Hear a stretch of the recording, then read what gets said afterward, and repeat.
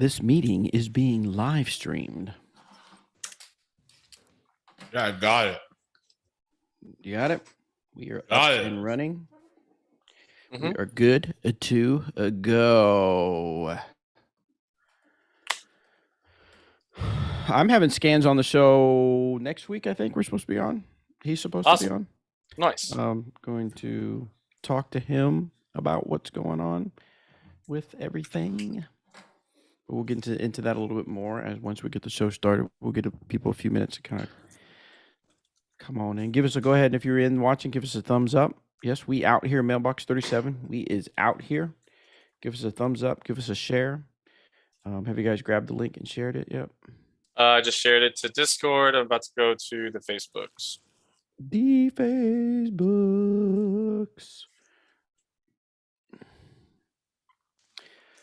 Do.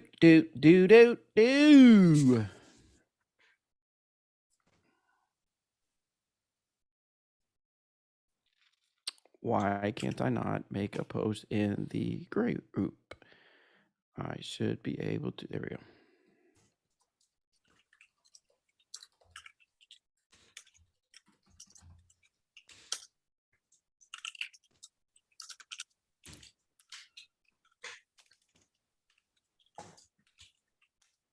Sebastian just chilling. I think he hurt his back again. Really? Yeah. Yeah.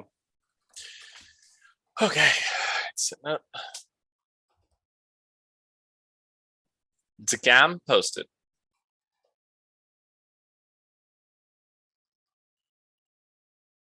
Awesome. I am good to go. Cool. Doxan hopes you get a job with Skins. Who, me? Mm-hmm. Bobby. I cannot divulge. Oh, information. Scans. Maybe not Skins. I'm not. Oh, like you want me to play a Skins match? You'd be a great DJ for Skins.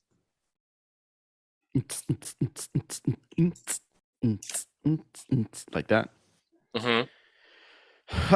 Let's see. All right, we got people coming in. Appreciate it. All right, you guys ready? Let's do it. Hitting record. Hey, everybody, welcome to this episode of the Disc Golf Instrument. I'm going to do that all over again. All right, Unbelievable. Yeah, Poop. that was way off. All right, I got it. I ruined it for you. Poop. You got it. You're welcome. Here we go. Hey, everybody, welcome to this episode of the Disc Golf Instrument. I am Bobby Cool Daddy Slick Breeze. And coming all the way from Florida is me and Eric Oakley. And back Hey-o. in Tejas is Robert McCall. How are you guys doing? Never left. Yeah. Been here the whole time. The whole time. How are you doing? How are things in Texas? Man, life's pretty good. It was a stressful one today, as we talked about pre-show. Lots of work things coming up in Yeah, it's pretty garbage. weird ways. But Was it just like a bunch of trash talking or what? it was. Thank you for bringing it Oh up. my god, that's just like the water bottle talk or water cooler talk. Yeah. Everybody's like, "Oh, I was just talking trash." Oh, If you God. think that we don't put trash talk with whatever person's name in like a prospecting email, you're wrong. we do a lot, but otherwise, life's pretty good. Owen is on the up and up, Yeah. so that's good. Seems like Was he he's on the feeling down better. and down? Yeah, he was sick last week. Oh, I didn't know that, I guess. Did Yeah. I know that? Did we know that? Yeah. Yeah. We did. It I said on the show. Sorry, Oh, okay. But he's It's not doing like much you better. were Good. listening. no big deal. No big deal. No, he's doing all right now. We did buy some patio furniture this weekend though, and it's Nice. getting real out there. It's nice. We're Did you get it? pleased. Did you get it from an Irishman? What? Patio furniture. Oh, God. That's terrible. That's so bad. What did you get? Did you get just some chairs? Did you get like a fire pit? We got a love seat, 2 Ooh. rocking swivel chairs, Yes. and a like a table with a little fire pit in it. Have you done Nice. the fire yet? Have you done a fire in it? Not yet. We've only had it for one day, but we had some friends over last night, and it was awesome. Nice. So Good. Well, me and Eric are still in Florida. Well, of course, this is where Eric is based out of, but I'm still in Florida. We just got finished with the 2021 Disc Golf Beach Bash. This is Tyler Searles' Disc Golf Adventure, Disc Golf Extravaganza, Disc Golf Amazing. Vacation, amazing. 2 years ago, we did a disc golf cruise, had a fantastic time. Wanted to do the cruise again, but due to COVID and the pandemic and things like that, we were unable to do that. So he improvised, and we had everybody come out to Florida. We stayed at a resort called the Island, right on the beach. Literally, not even a 2-minute walk out to the beach. The sand felt fantastic. The Amazing. first night we hung out with Paige Pierce, Jeremy Colling, of course, Tina and Eric Oakley, myself, Terry Miller, the disc golf guy, and then a bunch of other disc golf friends that came out and had a great time. Ava Meyer was there with her mother, Catherine. So had a good old time. Listen to a lady that played. What was her name? Call me Lex. Oh, yes. You can call me Yes. Lex. You can call me Lex. You can find her on Instagram, but she was just up there with her equipment and a guitar and was just jamming on some cover songs, some awesome original songs, and just had a really good time. Then, of course, day 2, we had disc golf played out at what were the name of the courses, Eric? One of them We was played Ferris. Anderson Pond, which is, I think it's called Bombers Run. Yeah, Super fun. Bummer. And then Ferry Park. Ferry Park. Had a great time playing some disc golf. Actually, had an ace out there.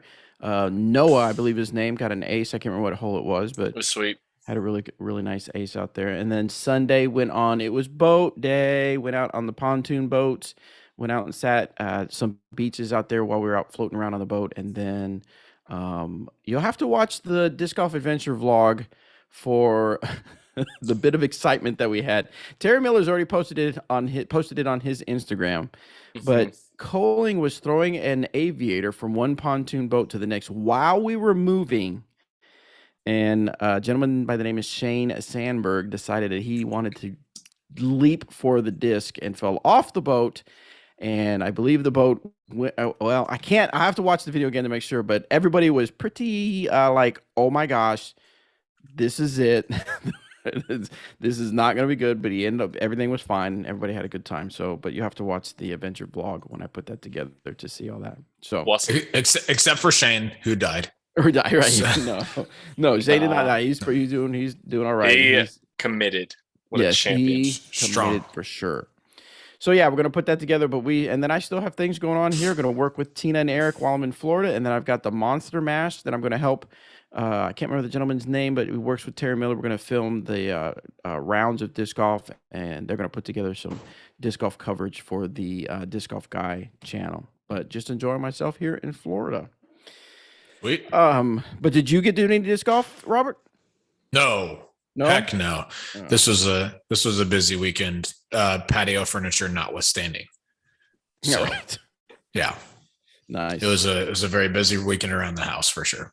All right. Well, I want to make sure. Yes, want to thank our sponsors, Whale Sacks, for sponsoring this particular episode, and I'm super excited. Tina brought me a box of Whale Sacks with the Disc Golf Man logo on them. I'm so super pumped about those. Yo, there we go. He's got one. So Sick. if you're watching, you can see right there. So once I get back to Oklahoma, I'm going to get a store set up on my website, discgolfanswerman.com. You'll be able to get those. And my parents texted me and said that I got a delivery of some Disc Golf Answer Man stamped discs.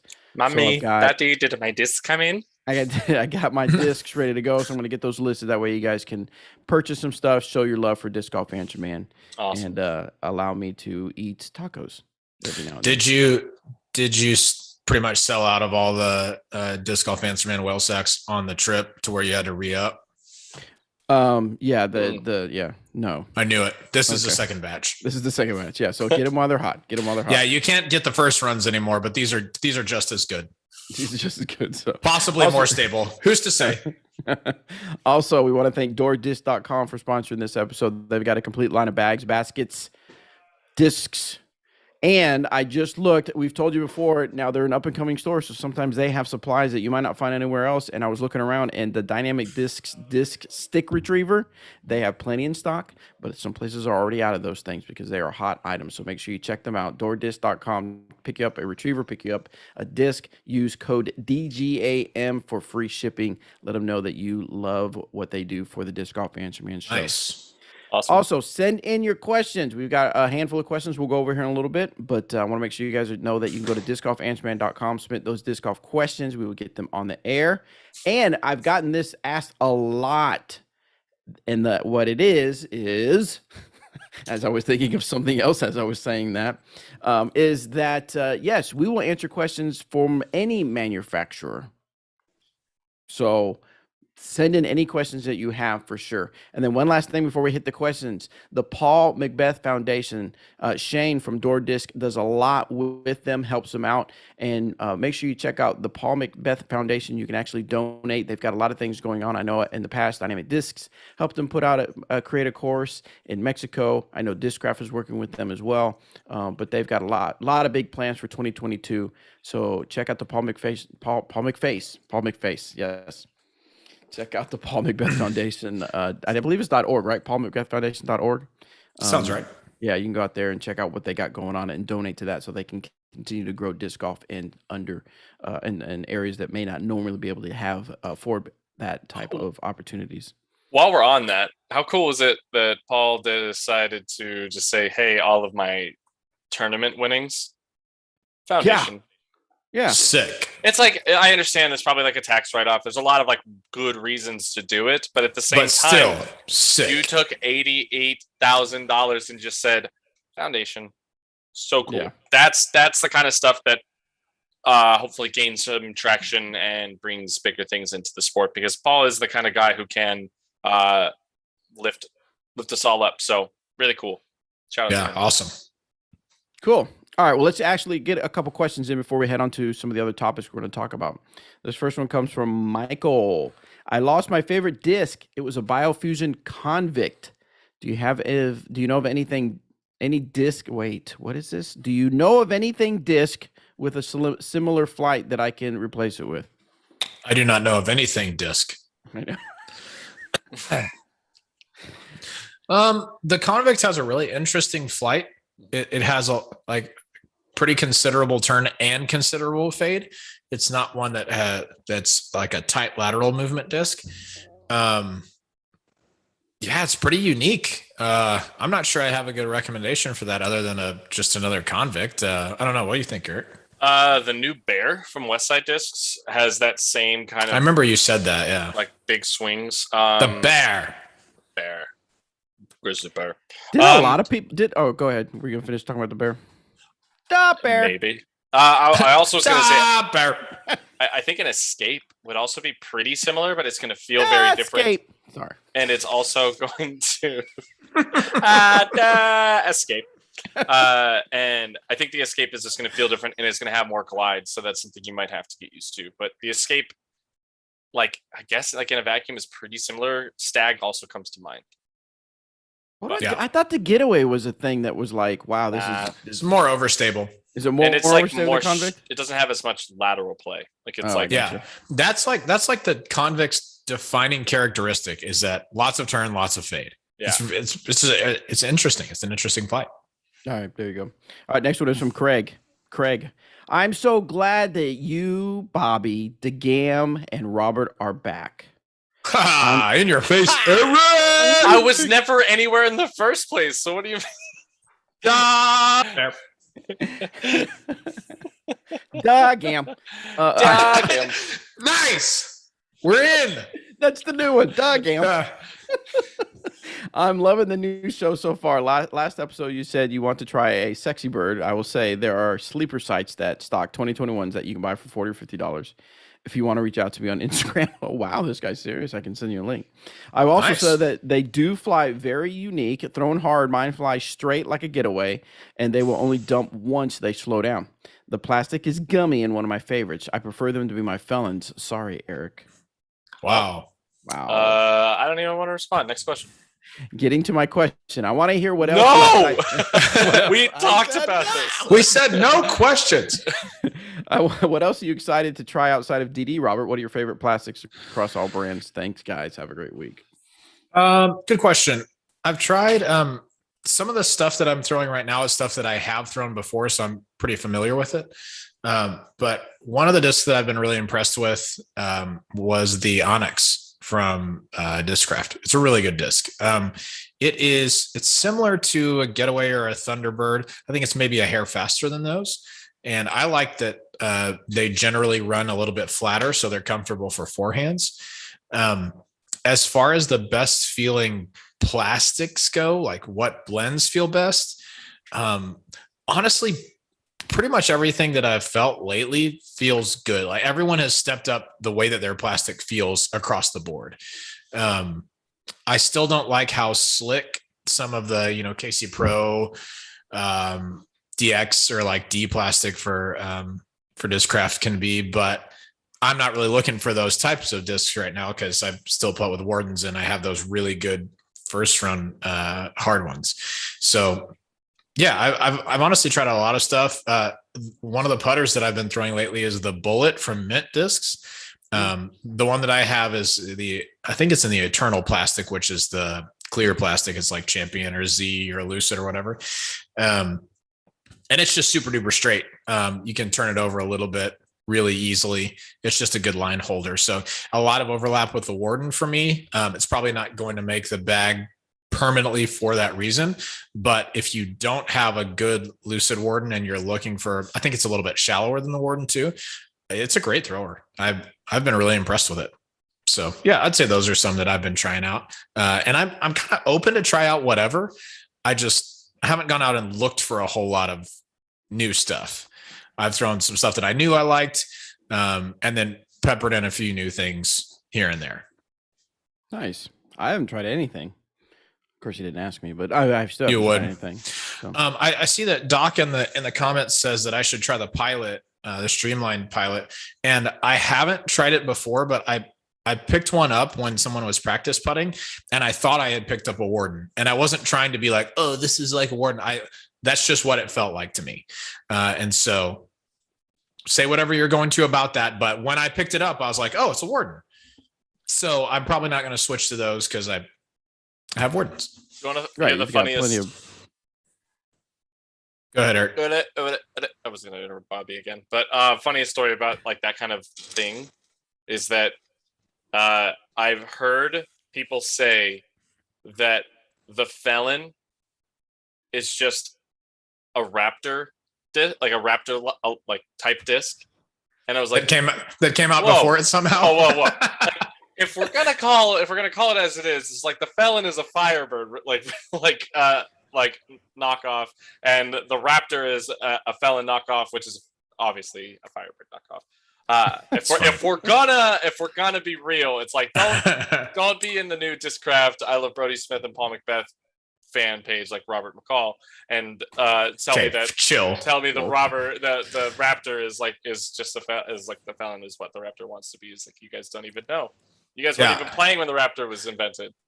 That's fair. No offense to anybody who's new, so I'm sorry.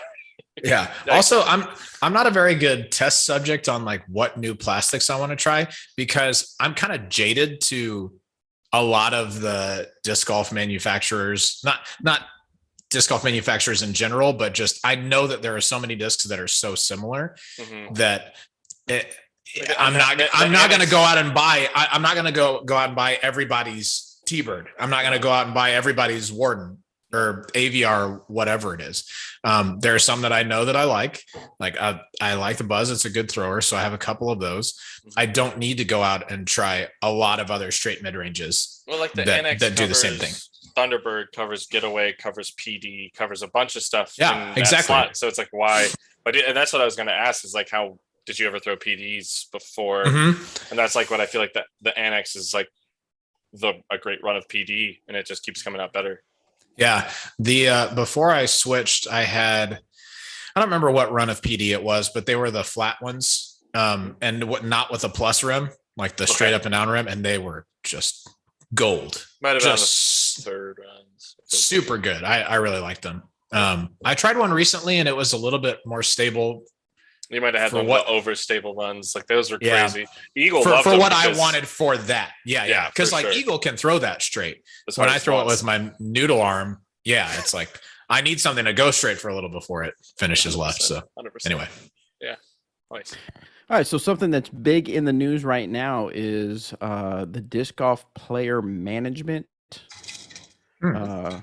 putting out. In fact, I'm looking at their Instagram right now, where they've got a lot of things shaking and jiving and moving and grooving. And one of those is, of course, working with Eric Oakley. Of course, they work with Drew Gibson, Eric Oakley, and quite a few other people. I had it pulled up, but now I do not. There it is. So we've got Matty O. We've got Trevor and what is it? Trevor, what's his last name? Trevor Harbolt. There, I couldn't hardly read that.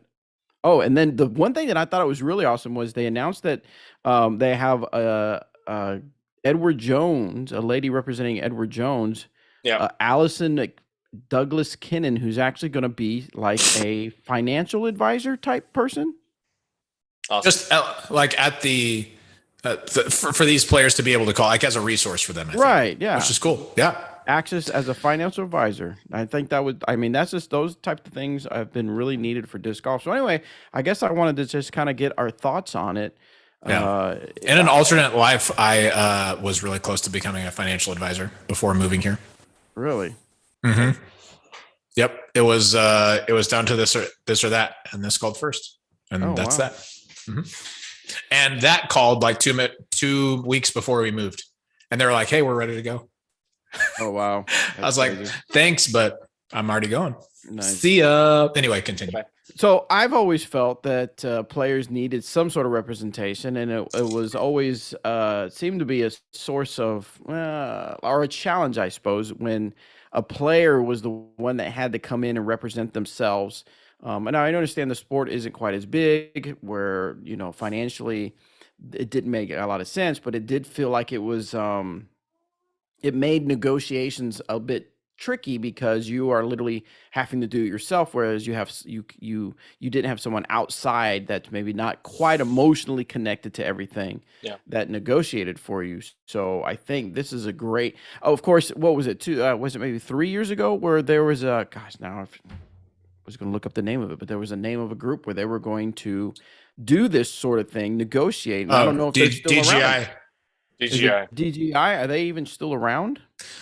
I mean, the guy, Sam, is still around. Is he active in disc golf like he was before? Absolutely not. Unless it's just super duper behind the scenes and nobody else knows about it. From what I understand, when Paul got his first deal, Sam got paid on that. I'm pretty sure that's the case. I could somebody correct me if I'm wrong, but I feel like I remembered seeing he was one of the people who negotiated that first $1 million deal. Now that Paul renegotiated and got a different deal, I don't know if he helped negotiate that one. Well, I'm looking. There's still a website, the DGIgroup.com. Of course, their last posting on the blog was the Paul McBeth makes a new sponsor revealed. That was back in 2018.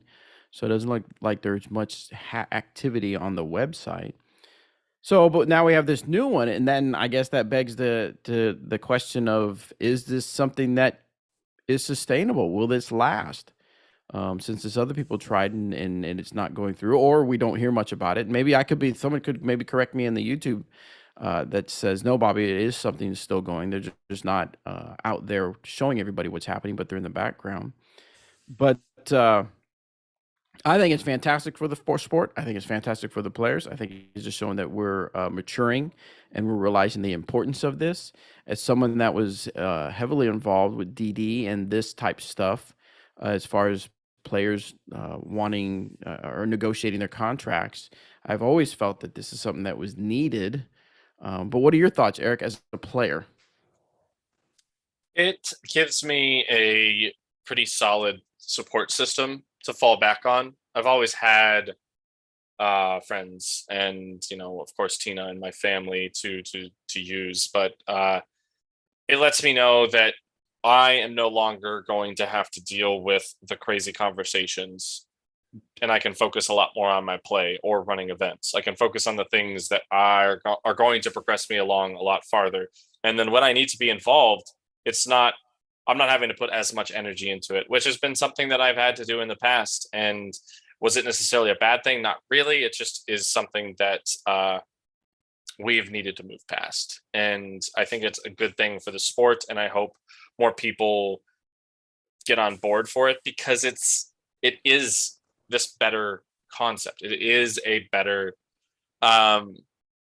option for players to be represented and to be taken care of, which, man, it is tough because I feel like we run into these situations where you mentioned being emotionally attached, and it's really hard for you to straight up say to somebody, I'm worth this much money, and not to come off greedy or not to come off in a lot of different ways. And, but I might actually be worth what I'm asking for, but it still comes off greedy, and it's not ever going to be a good look. So, yeah, as a player, having to advocate for yourself, like, okay, Eric and I have sat in the room together to talk about sponsorships when I was doing that for Dynamic Discs.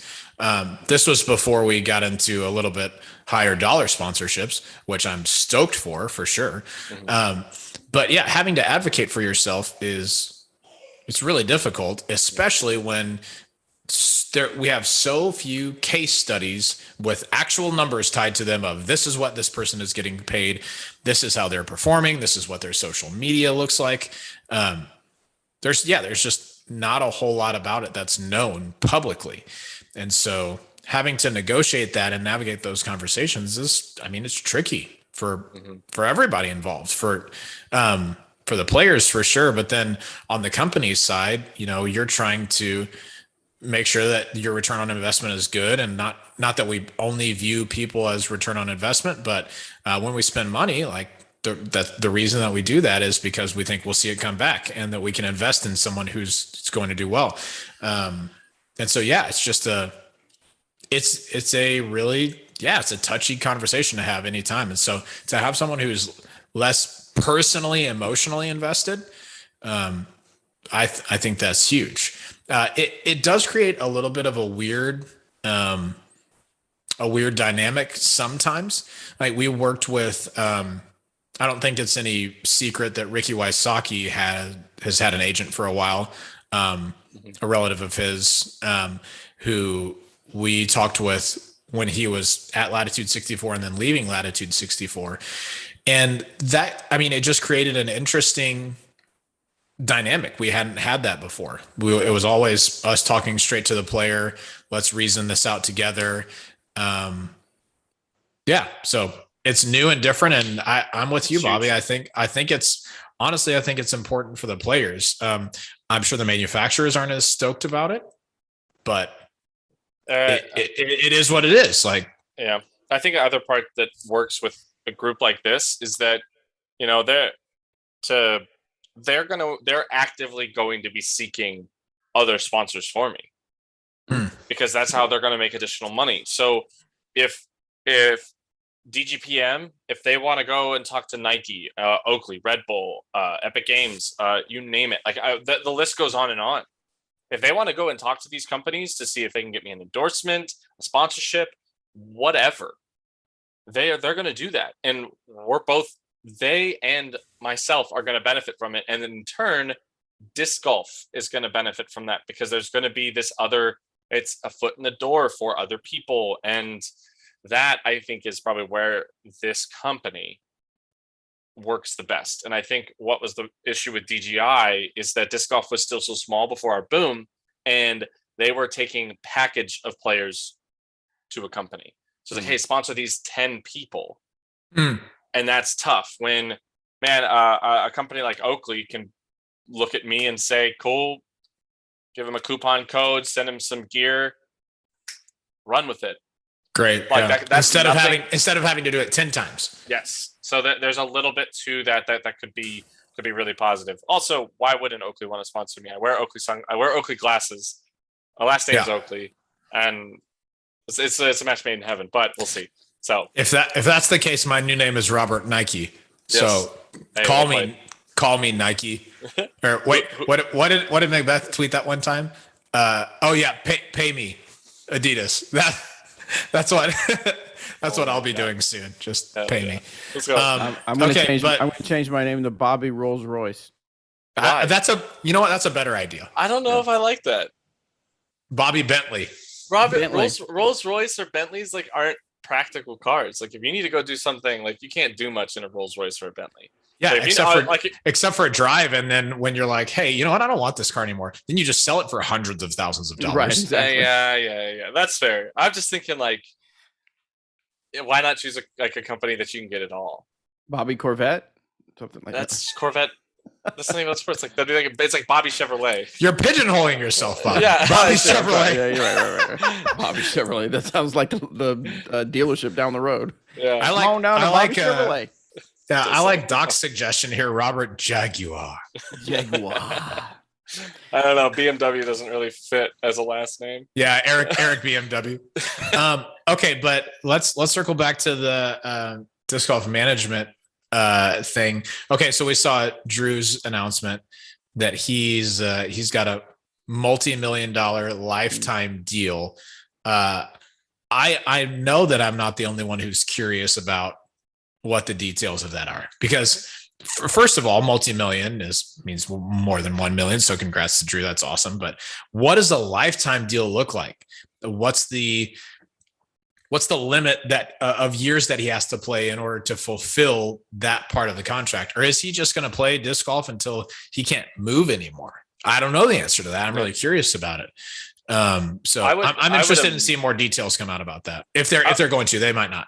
I would imagine his thought, like the thought processing is that they're just going to continue to grind and work through things. And knowing Drew and anybody who's involved in it, I think that's the best part about DGPM, is that it's not about taking care of yourself now. It's about setting yourself up for the future. And I think that that's probably one of the best parts, is that if Drew's going to work with Infinite for a lifetime, that means he might work as a course designer. He might work as a team manager. He might work as a commentator that's sponsored by Innova or Infinite. And it goes into so many facets, which I think is fantastic for not only him, but it's pulling in your longevity to live and be a part of disc golf, because that's exactly what I think we need to do to take disc golf to the next level.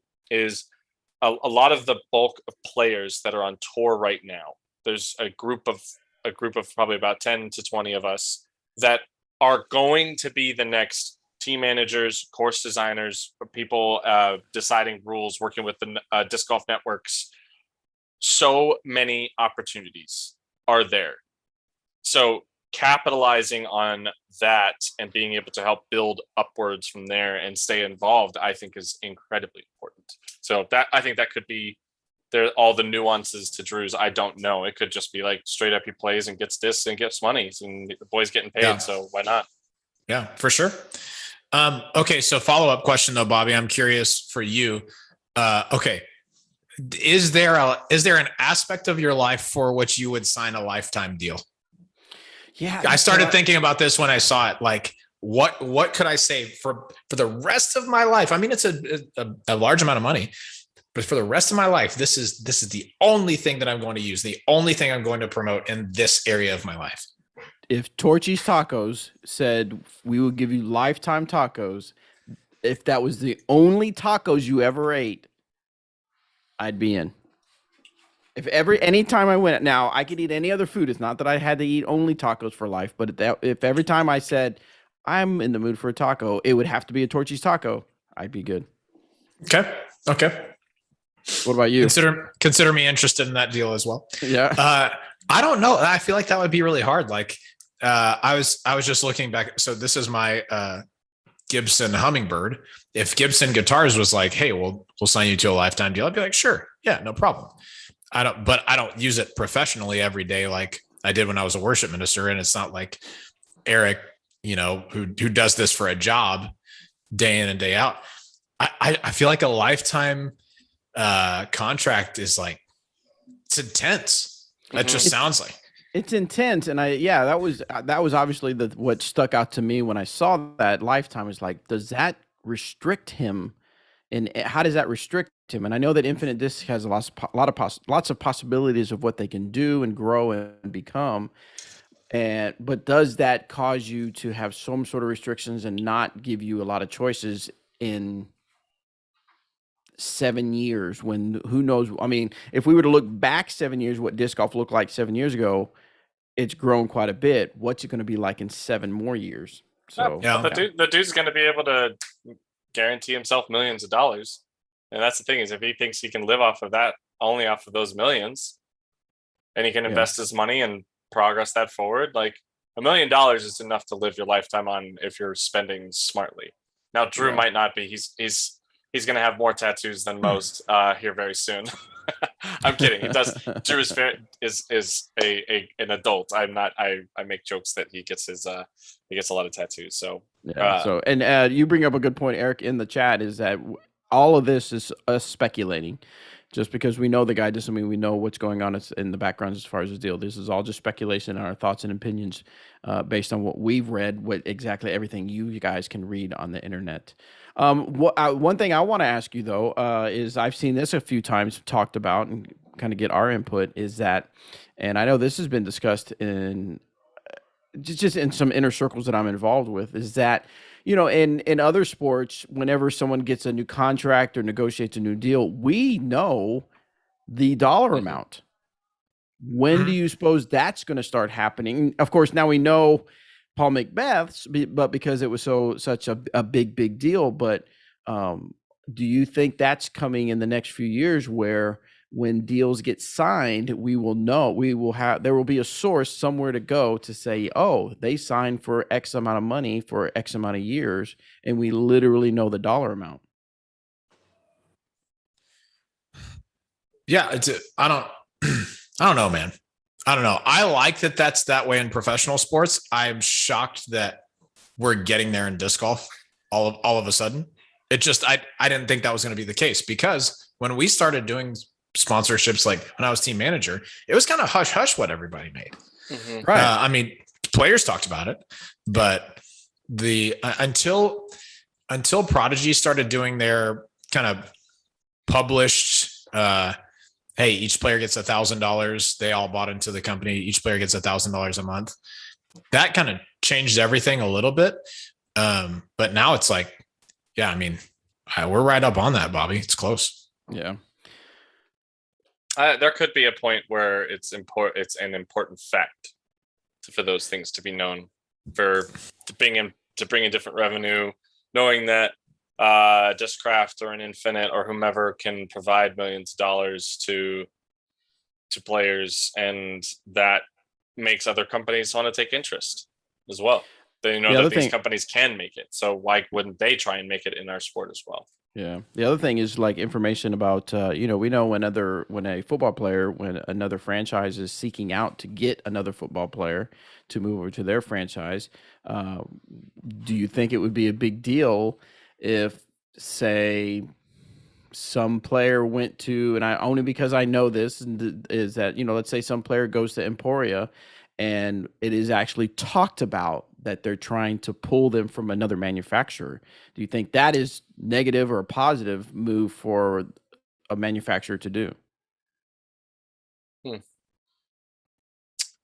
I think we're going to end up with agents who are going to do most of that talking. So it's not going to be as not to throw shade or anything, but to generate more Ulti World articles and things of that nature that end up being into that way of, it's just stirring the pot.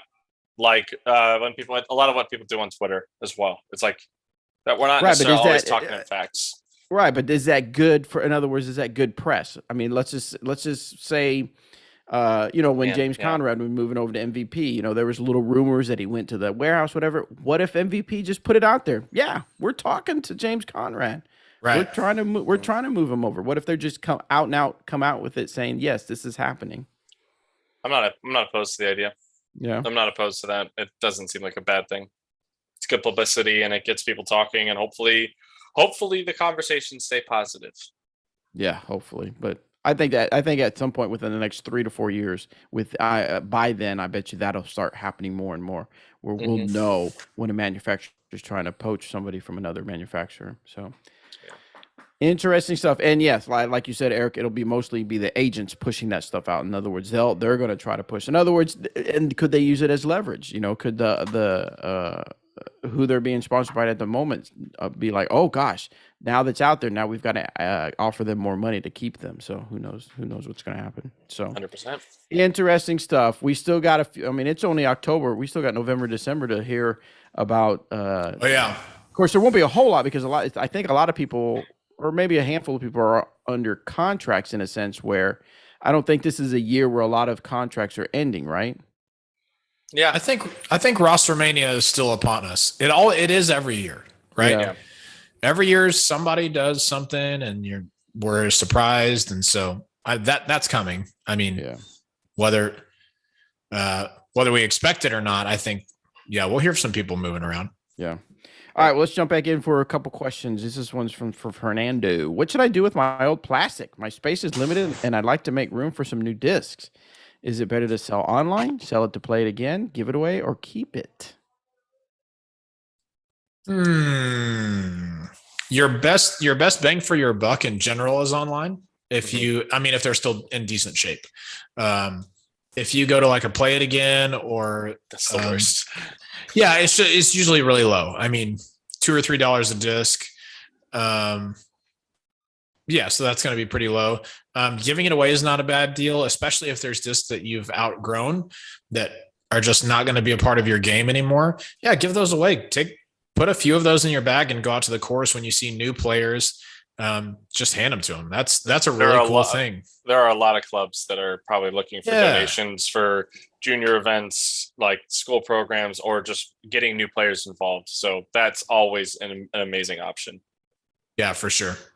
I mean, you can keep them too, but gosh, I offloaded like, I don't know, 200 or 250 discs before we moved here, just because they take up a lot of space.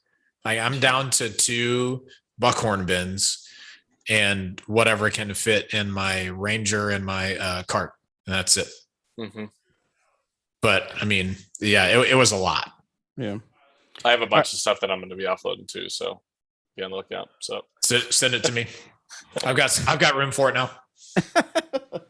All right, next one comes from Aaron. This is actually just a comment. He says he actually apologizes if this is the wrong place, but I was wondering if you guys accept new advertisers on your podcast.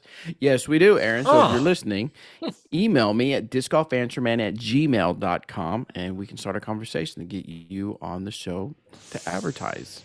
Aaron, if you're in the chat right now, give us 30 seconds on why we should allow you to be an advertiser. If you're not, then you're out. Wow. Okay. I'll be the one that talks to the people now. Okay. We'll talk. Okay. Yeah, we'll talk to Bobby first, but just remember I said that. Okay. All right. This next one's from Scott. I have a question about Trilogy disc shortages. Why is it that DD can put out Team Series discs, now Fusion X Team Series, but still struggle to get common stock product out to the market? Why are they prioritizing these team releases over stock at this point? The frustration comes where we've been told a year that it's supply chain issues, but somehow they can pump out new plastic and Team Series molds on schedule. Well, just as a disclaimer, Scott, myself nor Robert, neither of us work for DD anymore, so we cannot give you information as far as that is, but we can give you based on our experience of what we've done.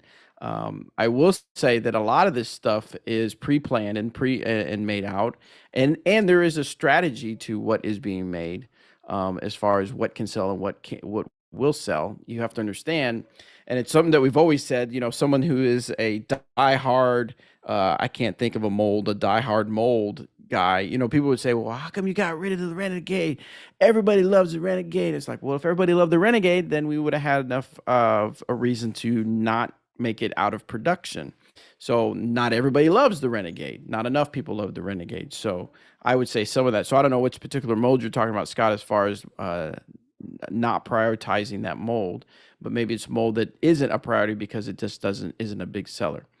Now that's somewhat speculation, somewhat knowledge that I know, and it's probably not the best answer because you're right.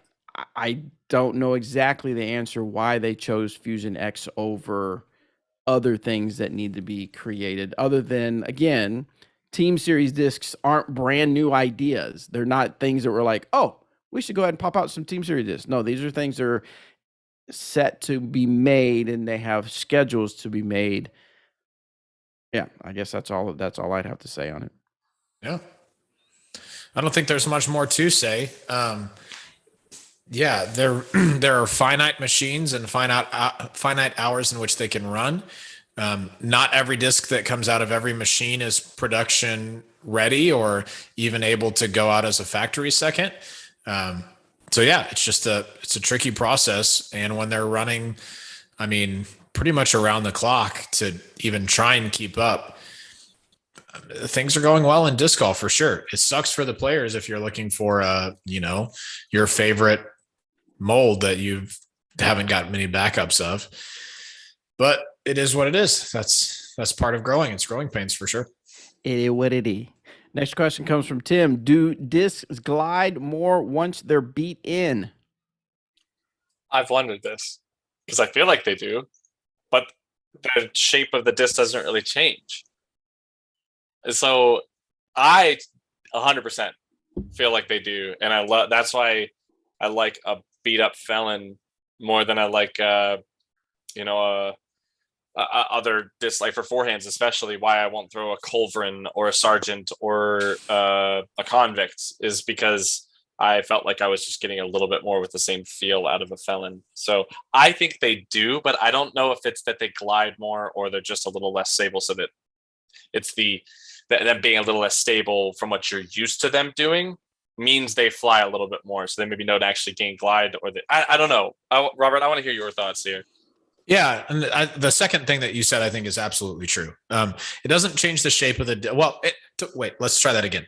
When a disc beats in, it does change the shape of a disc in very minute ways. Not to the point where it would glide more, but I think what you're noticing is the phenomenon that Aaron.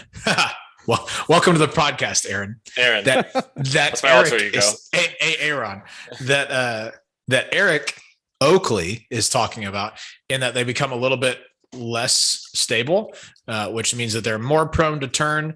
In general, that makes the disc stay in the air a little bit longer. I mean, think about the difference between like a getaway and an escape. If those are both thrown flat, the getaway is going to go straight and then dump left. The escape is going to go straight, kind of push to the right, and maybe finish kind of straight, usually a little bit farther than the getaway. And they're really similar molds, similar speed. So yeah, the understable disc is prone to stay in the air longer. So I think that's what you're noticing. But if you think that it adds stability by beating it in, I mean, do your thing. Whatever works for you, man. Did you made Eric mad? Yeah, he's out. He's out. I mean, when you call the guy Aaron, what can you do? What do you do? All right, one more question from Kyle. What is the difference between a right-handed backhand and a left-handed forehand? Will the shot shape be the same? Painting with broad strokes, yes. When you get down to the details, not so much. Just based on the rotation and speed that you can impart from a backhand as opposed to a forehand. I think that in general, it's easier to turn over a right hand backhand with more control than it is a forehand. I think most players would agree with that. Big Germ might not agree with that, but it's a little bit easier. Shape. Yeah, if you're throwing backhand, it's a little bit easier to turn a disc. Then when a disc is finishing on a forehand, a lot of times you'll see it die a little bit more sharply. I think that's because of the decreased spin that's imparted on the disc. So yes, in broad strokes, right hand, backhand, left hand, forehand, very similar. Are they going to be exactly the same? No, I think you'll see some subtle differences. It's like I played so many rounds with Chris Clemens, and we generally attacked holes incredibly similarly because his forehand goes pretty much as far as my backhand, but my forehand goes just as far as his backhand. So it's like we feel like our games are pretty set. And obviously, definitely like some are farther than others, but it's interesting to see the disc choices for most of those where, I might be using a Raider where he's using a getaway type of thing. He's going backhand getaway. I'm going distance driver forehand and getting the same types of shots. So it's definitely there, but yeah, and the way and speed and angles we're having to hit are also very different. So you can get the same type of shot, but it's, again, like you said, to the little tiny details, subtle of it. differences. Yeah. Yep. Gotcha. Cool. All right. So one of the things I wanted to discuss is that I want to say big congrats to Jonathan Nicholson, just because he's a good guy, good friend of mine, for his win Oh, at yeah. the Oklahoma Open. So Some good golfers apparently- out there too. Then Yeah, there was and a he set a couple other course good record. tournaments that happened at the weekend. I know Utah State's, I think Johnny McRae won a tournament. Utah State's 993 rated Jack Kingsley took it down. Nice. Let's Alex Twos is a guy I met actually at Ledgestone. Super cool dude. Took second place. Big for him. It's really cool to see. It's like some guys come out to show up at local stuff. I would imagine there was tournaments everywhere where people were out there grinding. I think the Matt Orm won a tournament here in Mobile. Cameron Cole-Glazer took second.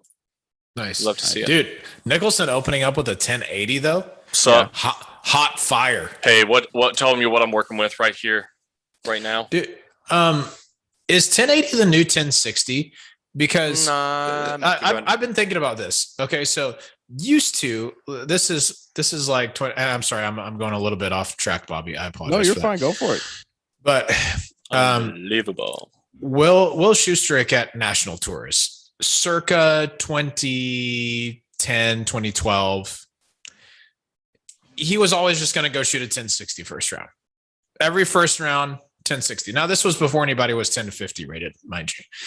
And it was kind of like the new, like, okay, that was a good round. I mean, this is a good player, but that was a good round. That's what he's going to do. I see what you mean. So now that ratings have inflated that much more, like, is 1080 that? I think it's still one step above that. But it used to be that 1060 was like, wow, you shredded that round. Mm-hmm. And now it's like, if Paul doesn't shoot a 1060 or Ricky doesn't shoot a 1060, we're like, oh, they're off. Mm-hmm. They're off today, which is insane. Like, that's you're incredibly spot on, dude. Like you hit it on the nose, because I think what you'll see in tournaments is a lot of rounds, multiple people shoot at what is rated close to 1060 in the high 1050s to low 1060s. You see that a lot. Yep. But what you don't see every single tournament is people shooting 1080s. But back in the day, 1060s were happening very rarely, and it was a lot more 1040s and 50s. It's like that was so. I think you're pretty spot on with that number, right? For sure. And this is what I said when people were talking about Brody Smith getting to 1,000. Somebody asked this about this on Disc Golf Answer Man at Dynamic Disc, and this isn't a slight against Brody at all. Brody is, in my opinion, earned his stripes, and he's a good player. He's come a long way for sure. He qualified at USCGC before I did at a tournament that was pretty difficult. So right, yeah, he's a good earned golfer. It. Yeah, he's earned definitely it. A good golfer. But like when people were saying, he got to 1,000 rated. 1,000 rated doesn't mean the same as it used to. Mm-hmm. It used to be that 1,000 rated was 200 players in the world max, maybe 220 depending on the update. But that was about it. I haven't looked at the 1,000 rated players lately, but when I did, I don't know, I think it was like middle or late last year, it was like 400 in the world. And yes, players are getting better. That's true. But because players are getting better and ratings are continuing to increase, it's just that much easier to get to 1,000. I still think the level it's still a huge milestone there. Yeah, huge milestone, no doubt. And I mean, Bobby and I bet on it a couple of years ago, and it was hard to get to it then, but it wasn't as hard as I got it in 2013. Mm-hmm. There was a lot harder then than it was this time around, for sure. A interesting thing to think about is whenever I played golf in Utah, and just to talk about Utah State's, is best rated player was 980 at every single tournament we played, but the field size has increased, by 50%, if not more. And everybody I'm seeing out there now is lots of 990, lots of low 1,000 to into mid 1,000, not mid 1,000, mid 1,005, 1,009. You're seeing a lot more golfers in that range, in a place that, again, not long ago, 6-7 years ago, had none, 0,000 rated players. So I think it's also twofold that more people are putting in the time for disc golf because there's more money into it. So they can. So the weekend warrior is maybe able to not just be a weekend warrior. He's able to grind a couple days out of the week. So his rating has now jumped up 20 points because of that extra practice and extra time put in. It's I think there's just that extra little bit of boost in money has a big aspect to it. So yeah, for sure. Be, yeah. This is the system to do this is a little bit broken because it double counts Masters players, triple counts Grandmasters players when you just go to PDGA and do player statistics and then sort by rating. If a player has played in MP40, it shows their name twice. And they're over 1,000 rated, shows their name twice. If they've played an MP50, shows their name 3 times, and so on. So this is not a perfect number, but as of right now, there are 430 listings, pretty close to it, of people who are 1,000 rated. Take off 50 or 60, maybe players who are playing MP40 or 50 or higher who are 1,000 rated. I mean, you're up in the 350s of 1,000 rated players now, and that was not the case for a while. It's pretty crazy. Yeah. Yep. Interesting stuff. Good stuff. Okay, so one of the things I wanted to talk about though is now that the disc golf season is, well, we're in off season for a lot of people. Now I know disc golf still happens. I know there are still some big events, but they're not, the pro tour scene and things like that. What are we going to do to watch sports? What are you guys going to be watching? What do you guys watch when it's not disc golf that you're watching as far as sports? So not disc golf? Yes, not disc golf. I was gonna say I always prep by starting up like course watching for next year of courses. So but that's like I do that maybe one day out of the week just to kind of like refresh myself on shots that I need to be working on in my practice. But I definitely try and keep up with a little bit of soccer. I don't know if I watch much. Like if I can like make time for a game, like I might tell Tina like, hey, let's go to the sports bar and see if they have the game, where they can put the game on, then we will. But it's mainly soccer, and I definitely end up watching football or those things when we're just hanging out with different people, but I'm not actively trying to. Yeah, and I mean, soccer doesn't get good till the springtime, anyways, when the Champions League really starts getting in the thick of it. So it's just fun to watch and keep up with the drama. Yeah, what about you, Robert? It's funny that you asked this because Shay and I were talking about this maybe 2 days ago. And I told her like, all right, Shay, if we would have sat down and you would have said, hey, Robert, what part of the season is Major League Baseball in right now? I'd have been like, I have no idea. I used to keep up with sports, even just like, I never October, really cared about baseball. Like that's never really got interested. Baseball's in October. That's right. But that's I just the only way I know. I just haven't thought about it. Like, yeah, that's fair. They were saying stuff about the playoffs, and I was like, playoffs? Yeah, but no, I was like, wait, they're in the playoffs? I just don't keep up with it anymore. But not a joke. I watch pickleball often. I went to a place in Dripping Springs, like 40 minutes away from my house here, just west of Austin, where they had open play one Saturday. And there was some pros there playing, like just casually playing, and that was sick. And then I watched those same pros at like the next big tournament play super well. So it's really cool to just kind of see pickleball as it's coming up, So yeah, I watch a decent bit of pickleball for sure. Playing in a tournament this weekend also. Look out! Yeah, it's really gonna be awesome. Nice. We're playing in 4-0. And but 35 plus division. I just made it in. I could have played in the 35 plus last year, but I get to keep the youngsters out of my face. Nice. What else do I watch? Honestly, I spend a lot of time on YouTube. A considerable amount of time on YouTube, watching myriad things that I will never be good at. Rocket League is one of those things. I do watch that too. I watch a decent bit of Rocket League. I still watch disc golf a lot, of course. I watch I'm a nerd, but just hear me out. I watch a decent amount of chess. Nice. I'm fascinated by chess. Really? Yes, I have felt like I think if I had gotten into chess when I was any younger, I would have really liked it. And gotten into it and learned a lot more openings and end games and tactics and stuff like that. But because I am where I am now and I don't really want to just sit for a few hours and learn chess every day, I just watch other people be good at it and be like, wow, that's cool. I wouldn't have seen that. So yeah, chess is one of those things for me for sure. Wow. Well, I watch a good bit of pickleball as well.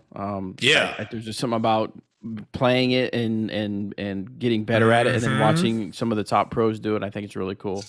Of course, I watch occasional football. I'm not a big like every Monday night, every Sunday football, but I'll watch an Oklahoma Sooners game. And I'm still gonna keep up with the Chiefs since that was something that I kept up while living in Kansas. But I don't know that there's any other. What other? That would really be the only sports I really watch. We watch college volleyball quite a bit still.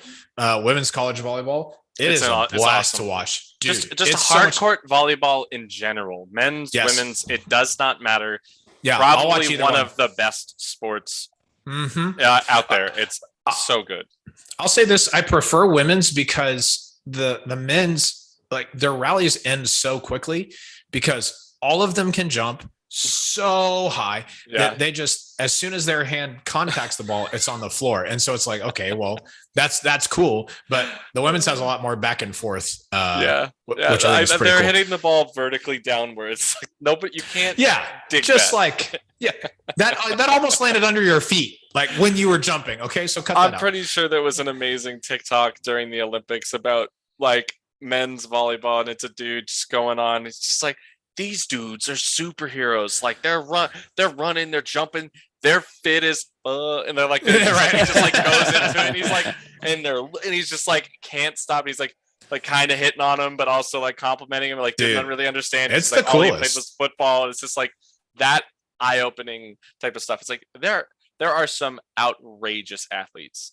Oh in Unreal. so many sports, and it's kind of crazy because what if we had 100 more of those amazing athletes and they all devoted themselves to disc golf? What if those volleyball players with their long torsos and superhuman arms decided to use their long levers for disc golf? Holy crap. Wow, yeah. It's like it's an interesting concept of like a player. Like, what if LeBron James was a soccer player, or what if Derrick Henry was a hockey player? Like, what if all these things? Like, what if they would have had the same training, same regiment, and same push, and knowing that their natural athletic abilities of that are shown with how just good at the game they are, on top of the hard work they've put in. It's just like they had natural talent in them as well to do good. It's like, if that would have been towards disc golf, if that would have been towards any other sport, it could be would have been so crazy sick. for sure. Yeah. Crazy. Well, I put a little poll out on the Disc Golf Answer Man Facebook group, and we have EPL, NFL, and this is what people are going to be watching, what sports are going to watch when disc golf is not on, or at least not any of the Pro Tour. NHL, Derek from DD said put in curling. So, dude, I will watch curling when it's on for sure. It's pretty interesting. I love curling. Yes. You guys need to play it. It's so fun. I'm in. I'd be all over that. Fantastic game to play. It's like really difficult to like learn how to do it, but they have like tools that help teach you. But it's awesome. It is such a cool sport. Nice.